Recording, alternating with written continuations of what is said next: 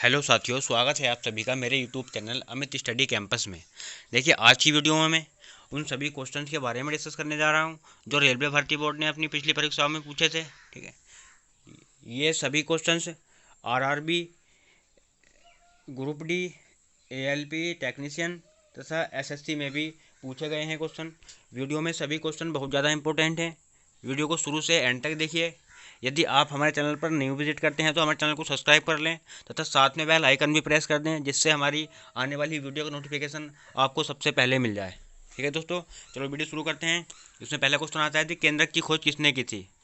तो केंद्रक की खोज रॉबर्ट ब्राउन ने की थी। नेक्स्ट आता है कि कोशिका की खोज किसने की थी। तो रॉबर्ट हुक ने। आगे आता है क्यूपराइट का रासायनिक सूत्र क्या है। तो क्यूपराइट का रासायनिक सूत्र Cu2O। नेक्स्ट आता है ग्रेफाइट किसका अपर होता है। तो ग्रेफाइट कार्बन का ही अपर रूप होता है। नेक्स्ट आता है कि मोल को अन्य किस नाम से जाना जाता है। तो मोल को एवोगैड्रो संख्या के नाम से भी जाना जाता है। नेक्स्ट क्वेश्चन आता है कि अधिकतम पोषक तत्व रक्त में कहाँ से अवशोषित किए जाते हैं। तो ये छोटी आंत से। नेक्स्ट आता है अनुक्षय श्वसन का अंतिम उत्पाद क्या होता है। तो अनुक्षय श्वसन का अंतिम उत्पाद लैक्टिक एसिड होता है। ठीक है, लैक्टिक एसिड दूध में भी पाया जाता है। तो ये क्वेश्चन आता है कि दूध के खट्टा होने का क्या कारण है। तो ये लैक्टिक एसिड ही होता है।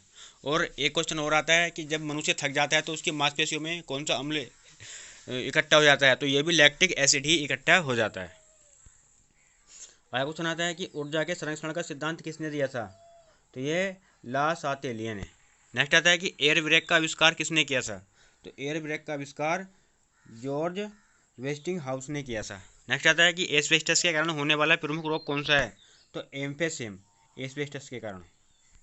नेक्स्ट आता है कि कार्यवश में ब्रेक लगाने के लिए कौन उत्तरदायी है। तो कार्यवश में जो ब्रेक लगते हैं ये घर्षण के कारण ही लगते हैं। नेक्स्ट आता है कि किस अंग को आरबीसी का कब्रिस्तान कहा जाता है। तो ये प्लीहा को कहा जाता है। आगे क्वेश्चन आता है किस अम्ल को एसिप्रीन कहा जाता है। तो एसिटाइल सैलिसिलिक अम्ल को। नेक्स्ट आता है कि किस पादप को शाकीय भारतीय डॉक्टर कहा जाता है। तो आंवले को। नेक्स्ट आता है कि किस प्रक्रम में वेनेडियम पेंटॉक्साइड को एक उत्प्रेरक के रूप में प्रयोग किया जाता है। तो संप्रेस प्रक्रम में। नेक्स्ट आता है कि किस वृक्ष से तारपीन का तेल प्राप्त किया जाता है। तो चीड़ के वृक्ष से। नेक्स्ट क्वेश्चन आता है किसका गुणसूत्र संतान लिंग में निर्धारण के लिए उत्तरदायी होता है। तो ये पुरुष का। आगे क्वेश्चन आता है कि किसके अभाव में बर्फ पर चलना कठिन होता है। तो घर्षण के कारण बर्फ पर चलना कठिन होता है। नेक्स्ट आता है कि किसने बताया कि प्रत्येक द्रव्यमान ऊर्जा के समतुल्य है। तो ये आइंस्टीन ने बताया था। देखिए, आइंस्टीन ने द्रव्यमान ऊर्जा समीकरण भी दी थी, जिसका फॉर्मूला होता है हमारा E बराबर mc²। नेक्स्ट आता है कि किसे पेय पदार्थ में विटामिन सी को छोड़कर सभी पोषक तत्व पाए जाते हैं। तो इसका बिल्कुल सही जवाब होगा दूध। दूध में देखिए विटामिन सी को छोड़कर और सभी पेय पदार्थ पाए जाते हैं। नेक्स्ट आता है कि कोशिका के अध्ययन के विज्ञान को क्या कहा जाता है। तो इसको साइटोलॉजी कहा जाता है। नेक्स्ट क्वेश्चन आता है कि कौन सा तत्व पृथ्वी में सर्वाधिक मात्रा में पाया जाता है। तो सर्वाधिक मात्रा में पाया जाने वाला तत्व जो है ये ऑक्सीजन है। नेक्स्ट आता है कि कौन सा तत्व सबसे कम सक्रिय होता है। तो इसका बिल्कुल सही जवाब होगा सीसा जो होता है ये सबसे कम सक्रिय होता है। नेक्स्ट आता है कि कौन सा रोग पागल कुत्ते के काटने से होता है। तो रेबीज हाइड्रोफोबिया नामक रोग जो होता है ये पागल कुत्ते के काटने से होता है। नेक्स्ट आता है क्वेश्चन कि क्रोमोसोम की संरचना में कौन कौन भाग लेते हैं। तो क्रोमोसोम की संरचना में डीएनए और प्रोटीन भाग लेते हैं। ऐसी आया क्वेश्चन आता है कि जब प्रकाश के लाल, हरा व नीले रंगों को आपस में मिलाया जाता है तो परिमाण स्वरूप कौन सा रंग होगा। तो ये सफ़ेद सफ़ेद रंग होता है। कैसा रंग बनता है, सफ़ेद। चलिए आया क्वेश्चन आता है कि जल के 4 डिग्री सेल्सियस पर शरीर तैरता है, यदि तापमान 100 डिग्री सेंटीग्रेड हो जाए तो क्या होगा। तो देखिए 100 डिग्री सेल्सियस पर जो है शरीर डूब जाता है। नेक्स्ट क्वेश्चन आता है कि जीवन चक्र की दृष्टि से पौधे का सबसे महत्वपूर्ण अंग कौन सा होता है। तो सबसे महत्वपूर्ण अंग जो होता है वो उसका पुष्प होता है। नेक्स्ट आता है जीवों की आधारभूत संरचनात्मक व कार्यात्मक इकाई कौन सी होती है? तो कोशिका। देखिए ये कई बार आरआरबी ने पूछा है और ये क्वेश्चन एसएससी ने भी कई बार पूछा है कि जीवन की आधारभूत संरचनात्मक व कार्यात्मक इकाई क्या होती है? कोशिका। नेक्स्ट आता है कि टमाटर में कौन सा विटामिन पाया जाता है? तो देखिए टमाटर में विटामिन सी प्रचुर मात्रा में पाया जाता है। अब देखिए यहाँ पर एक क्वेश्चन हो रहा था कि टमाटर का लाल रंग किसके कारण होता है? तो ये जो होता है लाइकोपीन के कारण टमाटर का लाल रंग होता है, लाइकोपीन के कारण। नेक्स्ट क्वेश्चन आता है कि टमाटर, बंद गोभी, प्याज, शलजम आदि में कौन सा विटामिन प्रचुर मात्रा में पाया जाता है? तो ये भी विटामिन सी ही पाया जाता है। नेक्स्ट क्वेश्चन आता है कि टिन की अधिक मात्रायुक्त तो कांस्य क्या कहलाता है? तो इसको हम श्वेत कांस्य बोलते हैं। नेक्स्ट क्वेश्चन आता है ट्यूब लाइन में व्यय ऊर्जा का लगभग कितना भाग प्रकाश में परिवर्तित हो जाता है? तो ये 60.70% भाग जो होता है वो प्रकाश में परिवर्तित हो जाता है। नेक्स्ट क्वेश्चन आता है कि डॉपलर प्रभाव किससे संबंधित है? तो ये ध्वनि से संबंधित है। इसका बिल्कुल सही जवाब होगा ध्वनि से। नेक्स्ट आता है कि दूर की वस्तुओं के निरीक्षण के लिए किस प्रकाशिक यंत्र का प्रयोग किया जाता है? तो दूरदर्शी है। दूरदर्शी के प्रयोग से ही दूर की वस्तुओं को देखा जाता है। आया क्वेश्चन आता है हमारा कि नाइट्रोजन यौगिकों का नाइट्रोजन में परिवर्तन क्या कहलाता है? तो इसका बिल्कुल सही जवाब होगा विनाइट्रीकरण। नेक्स्ट आता है कि न्यूजीलैंड में पाए जाने वाला उड़न विहीन पक्षी कौन सा है? तो कीवी नामक पक्षी होता है जो उड़न विहीन होता है। नेक्स्ट आता है कि पक्षियों को उड़ने से रोकने की प्रक्रिया क्या कहलाती है? तो ये ब्रेलिंग। आगे आता है कि पीतल का बर्तन किन अवयवों द्वारा बनता है? तो कॉपर और जिंक के मिश्रण से पीतल का बर्तन बनता है। नेक्स्ट आता है कि पृथ्वी के किस भाग पर जी का मान अधिकतम होता है? तो देखिए यहाँ पर ध्रुव पर जो होता है जी का मान सबसे अधिक होता है। ऐसी क्वेश्चन आता है कि पृथ्वी के किस भाग पर जी का मान न्यूनतम होता है? तो ये भूमध्य रेखा पर होता है। नेक्स्ट आता है कि पेड़ पौधों की शाखाओं, तने एवं पत्तियों तक जल व आवश्यक लवण किस प्रक्रिया द्वारा पहुँचते हैं? तो ये केशिकात्व के द्वारा ही पेड़ पौधों की शाखाओं, तनों व पत्तियों में जल पहुँच पाता है। नेक्स्ट आता है कि प्रकाश ऊर्जा का रासायनिक ऊर्जा में रूपांतरण किस क्रिया में होता है? तो ये प्रकाश संश्लेषण की क्रिया में। आगे क्वेश्चन आता है कि प्रकाश छोटे छोटे कणों से मिलकर बना होता है, ये कण क्या कहलाते हैं? तो ये कण फोटोन कहलाते हैं। नेक्स्ट आता है कि प्रबल अम्ल तथा दुर्बल भस्म से बने लवण का जलीय विलयन कैसा होता है?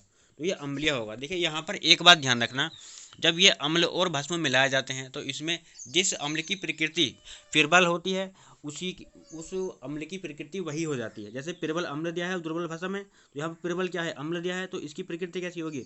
अम्लीय होगी। ठीक है। और यहाँ पर होता है दुर्बल अम्ल होता और प्रबल भस्म होता, तो इसकी प्रकृति कैसी होती? उच्च तब क्षारीय हो जाती।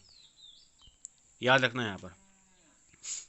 नेक्स्ट आता है कि भारत में किस बैंक ने सर्वप्रथम विभिन्न शहरों में स्थित अपने कार्यालय को उपयुक्त नेटवर्क से जोड़ा है? तो ये भारतीय स्टेट बैंक ने।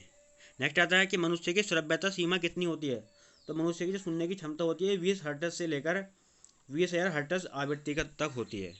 आगे क्वेश्चन आता है कि मनुष्य में मरकरी के विषाक्तन से कौन सा रोग होता है? तो ये मिनी माता रोग होता है। नेक्स्ट क्वेश्चन आता है कि मनुष्य में सामान्यतः निरंतर रुधिर शर्करा प्रति 100 ml रुधिर पर कितनी होती है? तो 70 से 100 ml होती है। नेक्स्ट आता है कि मुख से निकली लार किसका पाचन करती है? तो मुख से निकली लार स्टार्च का पाचन करती है।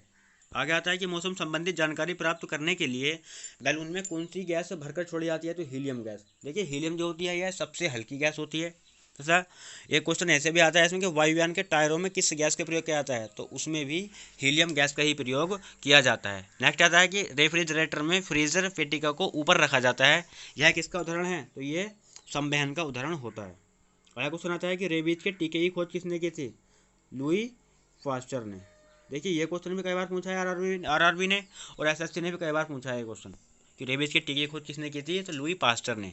नेक्स्ट क्वेश्चन आता है कि लगभग 20 डिग्री सेल्सियस के तापक्रम पर किस माध्यम में ध्वनि की गति अधिकतम रहेगी? तो लोहा में। नेक्स्ट क्वेश्चन आता है तो लिफ्ट का आविष्कार किसने किया था? तो इसका बिल्कुल सही जवाब होगा FG ओटिस ने। आगे क्वेश्चन आता है कि लेसी नामक युक्ति का आविष्कार किसने किया था? तो थियोडोर H मेमने ने। नेक्स्ट आता है कि लोहे पर जंग लगाना किसका उदाहरण है? तो ये ऑक्सीकरण का। नेक्स्ट आता है कि वर्षा के बाद किसान अपने खेतों की जुताई किसे तोड़ने के लिए करते हैं? तो केस नलियों को तोड़ने के लिए। आगे क्वेश्चन आता है कि वातानुकूलन में सामान्यतः मनुष्य के स्वस्थ स्वास्थ्य के अनुकूल जलवायु के लिए तापमान कितना होना चाहिए? तो 23 से 25 डिग्री सेल्सियस।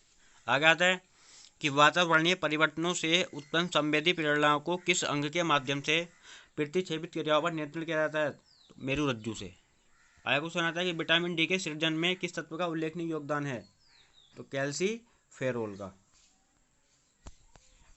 नेक्स्ट क्वेश्चन आता है कि विद्युत केतली विद्युत धारा के किस प्रकार के प्रभाव की युक्ति है? तो तापीय प्रभाव की। नेक्स्ट आता है कि विश्व का सबसे बड़ा फूल कौन सा है?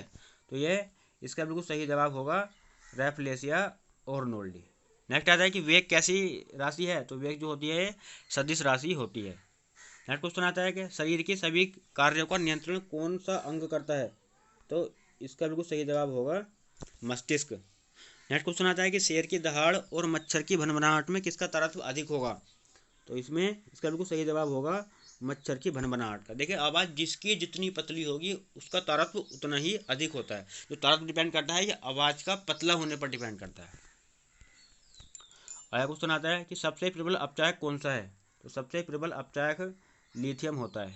नेक्स्ट क्वेश्चन आता है कि सबसे बड़ा एंजियोस्पर्म पौधा कौन सा है? तो यूकेलिप्टिस। आगे आता है कि सर्वाधिक यौगिक बनाने वाली एक्रिया गैस कौन सी है? तो ये जीनान गैस होती है। नेक्स्ट आता है कि सर्वाधिक स्थायी तत्व कौन सा है? तो सीसा।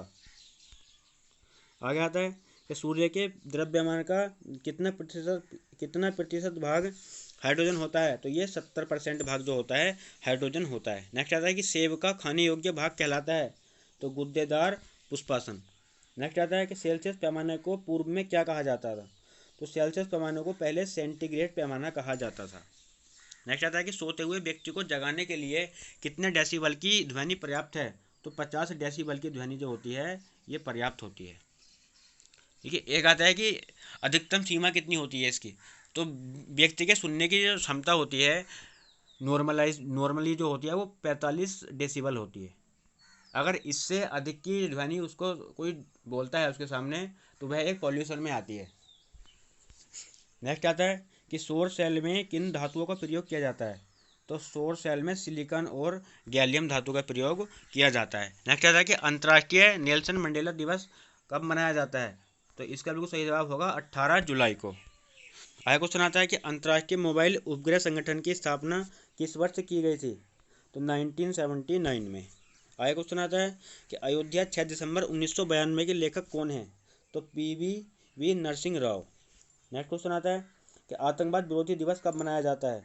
तो आतंकवादी विरोधी दिवस 21 मई को मनाया जाता है। नेक्स्ट आता है कि आधे अधूरे के लेखक कौन हैं?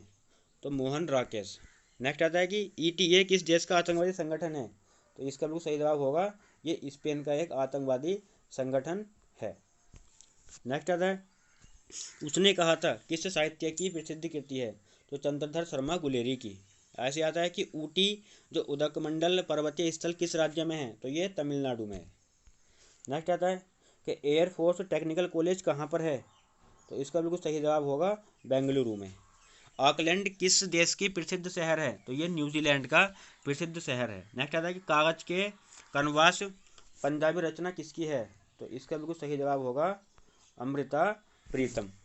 नेक्स्ट क्वेश्चन आता है कि कुर्गा किस राज्य का लोक नृत्य है? तो इसका बिल्कुल सही जवाब होगा कर्नाटक का। देखिए कुर्गा कैसे कर्नाटक, इसका याद रखना।